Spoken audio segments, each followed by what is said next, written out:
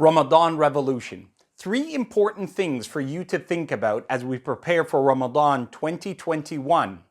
The first is preparedness. This was how the people at the time of the Prophet ﷺ and the best of generations thereafter always thought about Ramadan. How can I get to it with dua that Allah gives me the life and energy and health to live into it, but also how can I be ready to take advantage of it?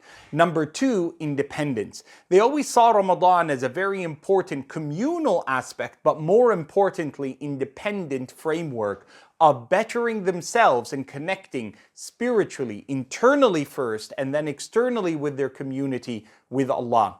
And third, an element of transformation, bettering ourselves, taking a step forward, moving from the things that we know that we can shift away from if we put a determined effort with Allah.